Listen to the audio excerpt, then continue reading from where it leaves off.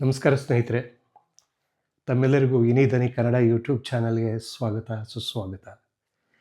ಸ್ನೇಹಿತರೆ, ಇವತ್ತು ನಾನು ಯಾಕೆ ವಿಡಿಯೋ ಮಾಡ್ತಾ ಇದ್ದೀನಿ ಅಂತ ಹೇಳಿದ್ರೆ ಬಹಳ ಮುಖ್ಯವಾದ ವಿಚಾರ.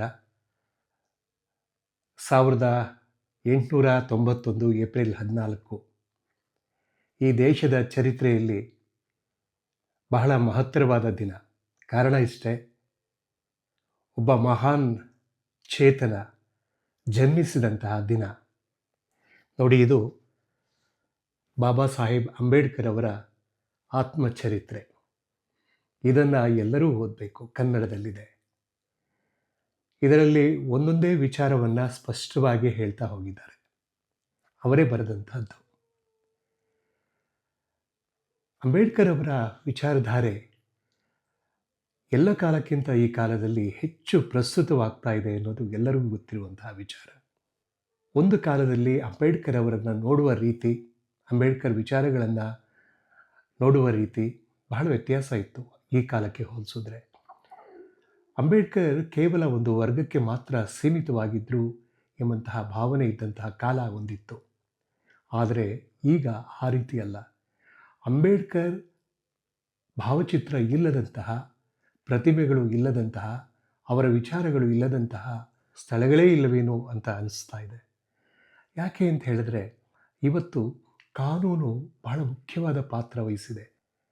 ಯಾಕೆ ಅಂತ ಹೇಳಿದ್ರೆ, ಯಾರು ಕಾನೂನನ್ನು ಗೌರವಿಸ್ತಾರೆ, ಕಾನೂನು ಅವರನ್ನು ರಕ್ಷಿಸುತ್ತೆ. ಕಾನೂನನ್ನು ಮೀರಿ ಯಾರು ನಡೀತಾರೆ ಅವರಿಗೆ ಖಂಡಿತ ಶಿಕ್ಷೆ ಆಗುತ್ತೆ.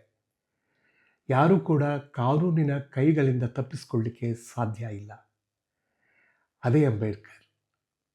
ಅಂಬೇಡ್ಕರ್ ಅಂದರೆ ಅದೊಂದು ದೈತ್ಯ ಪ್ರತಿಭೆ. ಈ ನೆಲದ ಮೂಲ ಸಂಸ್ಕೃತಿ ಡಾಕ್ಟರ್ ಬಿ ಆರ್ ಅಂಬೇಡ್ಕರ್. ಈ ನೆಲದ ಮಣ್ಣಿನ ಗುಣ doctor B R Ambedkar. Knowledge is power ಅಂತ ಹೇಳ್ತಾರಲ್ಲ, ನಾಲೆಡ್ಜ್. ನಿನ್ನ ಶತ್ರು ನಿನ್ನ ಜ್ಞಾನಕ್ಕೆ ಮಾತ್ರ ಹೆದರ್ತಾನೆ. ಎಲ್ಲರನ್ನ ಎದುರಿಸಬಹುದಾದಂಥ ಒಂದು ಅಸ್ತ್ರ ಅಂದರೆ ವಿದ್ಯೆ, ಅದು ಜ್ಞಾನ.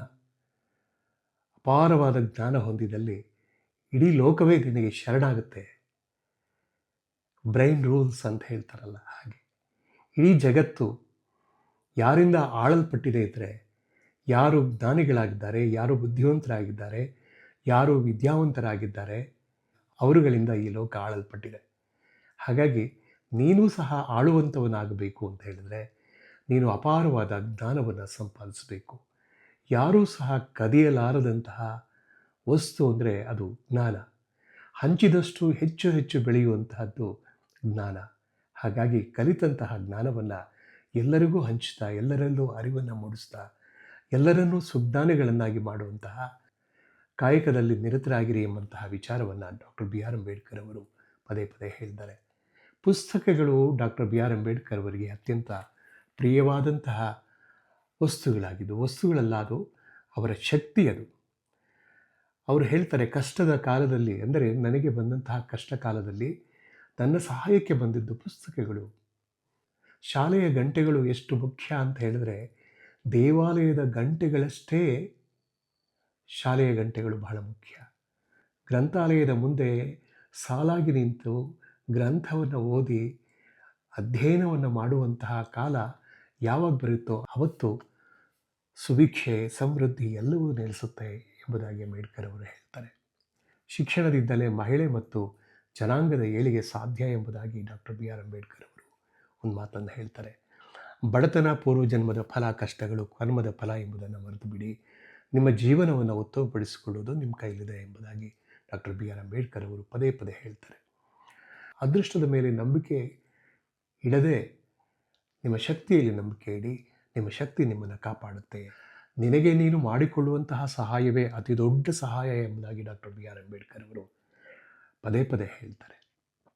ಅವರು ಹೇಳಿರುವಂತಹ ಭಾಳಷ್ಟು ಮಾತುಗಳು ಇವತ್ತೂ ಸಹ ಪ್ರಸ್ತುತವಾಗಿದೆ.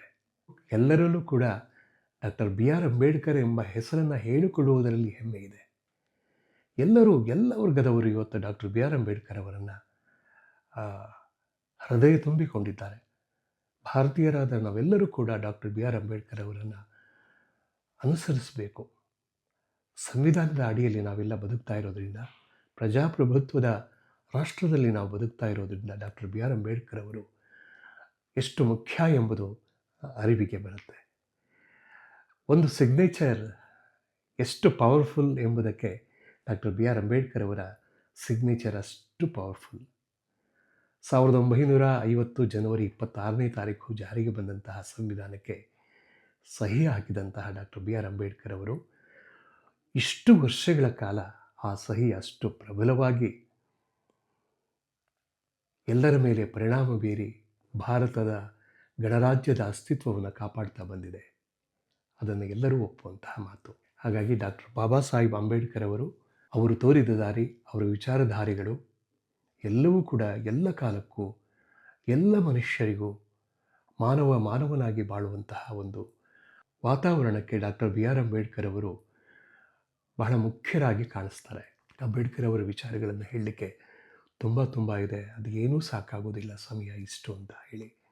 ಆದರೆ ಬಾಬಾ ಸಾಹೇಬ್ ಅಂಬೇಡ್ಕರ್ ಅವರು ಹುಟ್ಟಿ ಬೆಳೆದು, ಅವರು ಅನುಭವಿಸಿದ್ದು, ಅವರು ಅಧ್ಯಯನ ಮಾಡಿದ್ದು, ಅವರು ಲೋಕಕ್ಕೆ ಬೆಳಕನ್ನು ನೀಡಿದ್ದು, ಇವೆಲ್ಲವನ್ನು ಗಮನಿಸಿದ್ರೆ ಡಾಕ್ಟರ್ ಬಾಬಾ ಸಾಹೇಬ್ ಅಂಬೇಡ್ಕರ್ ಅವರು ಈ ಸೂರ್ಯ ಚಂದ್ರರು ಇರೋ ತನಕ, ಅಂದರೆ ಈ ಭೂಮಿ ಇರೋ ತನಕ ಶಾಶ್ವತವಾಗಿ ಇರ್ತಾರೆ, ಇದ್ದೇ ಇರ್ತಾರೆ. ಧನ್ಯವಾದಗಳು.